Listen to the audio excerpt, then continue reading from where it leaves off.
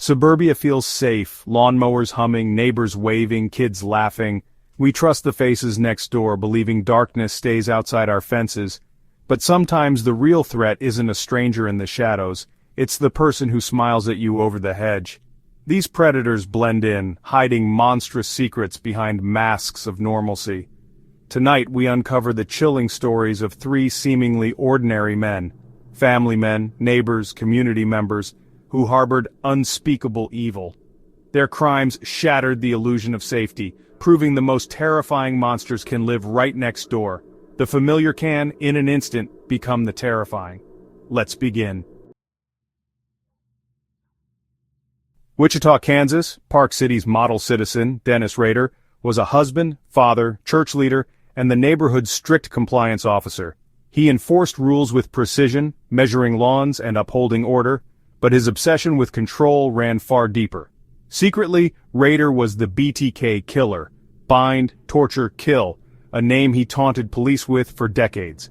His reign of terror began in 1974, targeting families and individuals at random, turning homes into scenes of horror. The Otero family's brutal murder shattered Wichita's sense of security.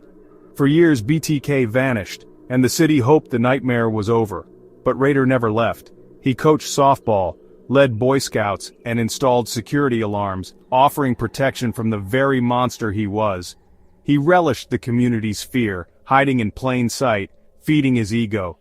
In 2004, unable to resist attention, Rader resurfaced, sending taunting letters and fatally, a floppy disk to the media. Police traced the disk to his church. DNA from his daughter's medical records sealed his fate. The arrest stunned Park City. The man who measured lawns was the killer who haunted their dreams. Rader confessed in chilling detail, showing no remorse, just pride in his projects. His family was blindsided. His daughter struggled to reconcile the father she loved with the monster he was. Rader received 10 life sentences. The illusion of safety was shattered, replaced by suspicion and fear. The BTK case is a stark reminder. Evil can wear the face of a neighbor, hiding behind the routines of ordinary life. The ordinary can be a carefully constructed illusion. In the end, the predator next door was just that, next door all along. The scars on Wichita remain a warning to us all. Sometimes the most dangerous monsters are the ones we think we know best. The mask of normalcy can hide unimaginable darkness. Dennis Rader's story forces us to question, how well do we really know our neighbors? The answer may be more unsettling than we'd like to believe. Evil, it turns out, is often hiding in plain sight. Some predators stay put. Edward Wayne Edwards drifted across America, changing names, jobs, and lives, always hiding in plain sight. Born into chaos in 1933, Edwards cycled through orphanages and reform schools, starting his criminal career young. After a stint on the FBI's most wanted list and a prison escape, he rebranded himself as a reformed man, writing a book, appearing on TV, and preaching redemption. But the transformation was a lie. Behind the charm, Edwards was a serial killer, using his family and fame as cover. He moved constantly, each new town a fresh hunting ground. In 1977, a young couple vanished in Wisconsin. Edwards, working at a carnival, inserted himself into the investigation. The pattern repeated. Disappearances, Edwards nearby, then gone. His greatest weapon was blending in. Handyman, security guard, devoted father. Neighbors saw nothing unusual. The truth emerged decades later, thanks to his daughter April. Haunted by memories, she connected her father to cold cases and bravely contacted police. DNA evidence finally linked Edwards to multiple murders. Confronted, he confessed to 5 killings, including that of a young man he'd treated as a son, murdered for insurance money. Investigators suspect he was responsible for many more, possibly even infamous unsolved cases. Edwards died in prison in 2011, taking secrets with him. His story is a chilling lesson. The most dangerous predator may not be the one who hides, but the one who constantly reinvents himself. Neighbors in Louisville remembered him as a quiet old man, never suspecting the monster next door. Edwards's legacy is a warning. Evil can move among us, changing faces, always one step ahead. The person with the most to hide may be the one who seems to fit in everywhere. the chameleon predator leaves only questions and grief behind. How many more victims were there? We may never know. Sometimes the most ordinary neighbor is the most dangerous of all. Beware the stranger who never stays a stranger for long. On Chicago's Somerdale Avenue, John Wayne Gacy was the life of the party, a contractor, political player, and beloved neighbor. He entertained children as Pogo the Clown, spreading laughter at hospitals and parades. No one suspected the horror beneath the painted smile. Under his house, Gacy hid a mass grave.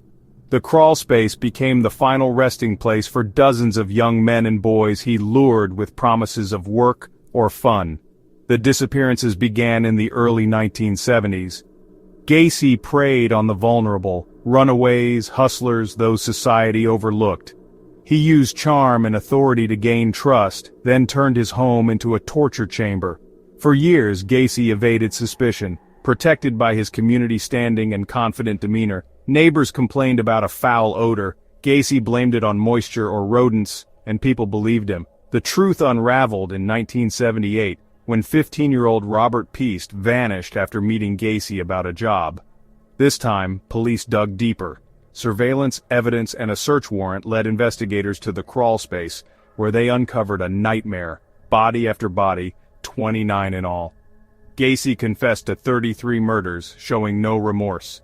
He mapped out the graves for police, detached and unrepentant.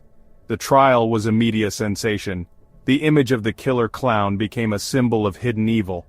Gacy was sentenced to death and executed in 1994, defiant to the end. His house was demolished, but the memory of his crimes lingers. Gacy's story is a grotesque distortion of suburban trust, a reminder that evil can wear a friendly face. For years, neighbors waved to a man who was a walking nightmare.